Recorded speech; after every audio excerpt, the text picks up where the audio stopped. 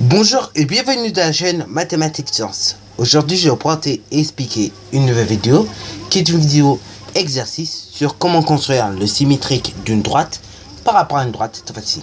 Donc là, si tu as toujours du mal à construire le symétrique d'un point, je t'en renvoie dans la playlist Espace et Géométrie. Et normalement, les dernières vidéos que j'ai pu sortir sur construire le symétrique d'un point par rapport à une droite, donc là les deux dernières, et ben normalement t'expliques en détail comment on le fait, ok. D'ailleurs on le fait en deux méthodes, soit avec le compas comme tu peux le voir, et d'ailleurs c'est la méthode la plus simple, ou soit avec une règle et une équerre. Donc là aujourd'hui, pour changer un petit peu, je vais utiliser la règle et l'équerre, ok. Mais bien sûr on peut utiliser le compas. Donc là si tu veux voir comment ça fonctionne avec le compas, surtout tu peux mettre la vidéo. Tu peux aller dans la playlist Espace et Géométrie et normalement, donc, tu auras toutes les étapes de construction du symétrique d'un point avec le compas. Ok. Bon alors donc, mine de rien, là c'est une droite. Ok. Donc, vu que c'est une droite, c'est une infinité de points. Alors qu'un segment, c'est une délimitation, si tu veux, en deux points. Donc là, déjà, première étape et première initiative que tu dois avoir quand tu veux construire le symétrique d'une droite par rapport à une droite et que tu veux le faire à la règle et à l'équerre, en termes de symétrie axiale, c'est surtout de placer deux points sur la droite. Bon alors, mine de rien, la construction vient de commencer, mais si tu as envie quand même de continuer la suite, tu peux mettre la vidéo en pause et donc essayer de réaliser la suite des étapes de la construction, afin donc de construire le symétrique de la droite delta, ok, donc c'est espèce de petit triangle, par rapport à la droite D. Sur ce donc, correction. Donc là, comme tu peux constater, il y a deux points, ok. Là, on va faire comme si on construisait le symétrique d'un point par rapport à une droite. Donc là, je mets l'équerre le long de la droite D, ok. Et après, donc, je mets la règle. Comme ci-dessous. Ok.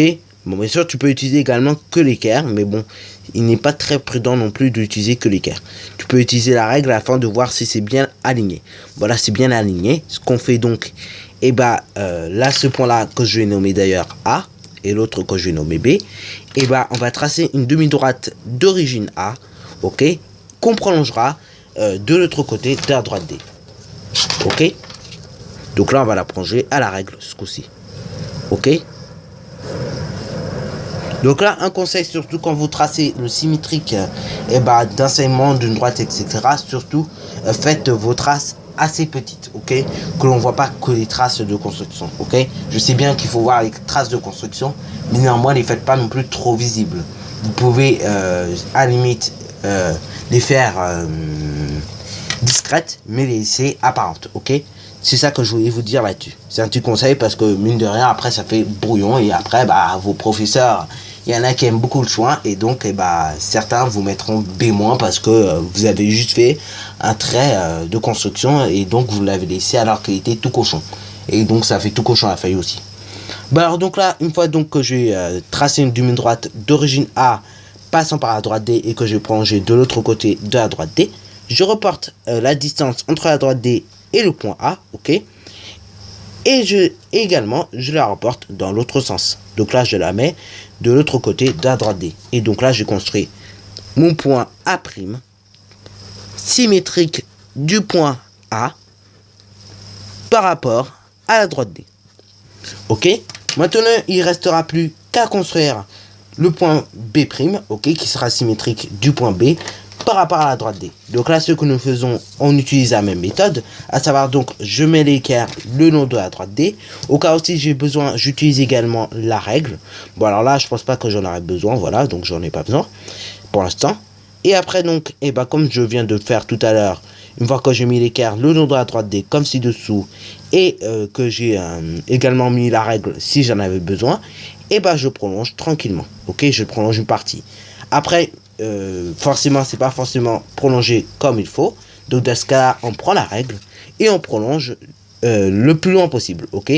Et bien sûr, il faut que ça soit prolongé de l'autre côté de la droite D. Sinon, le symétrique, il ne sera jamais construit, ok.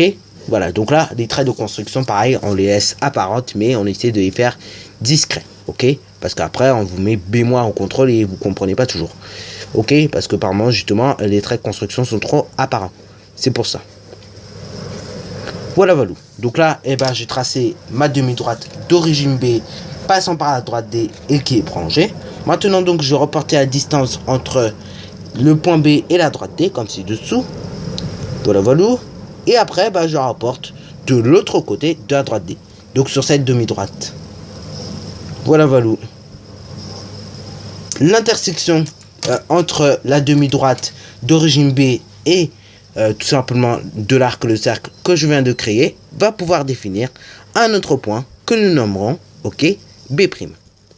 Donc là, je crée mon point B' symétrique du point B, tout simplement par une symétrie axiale autour de la droite D.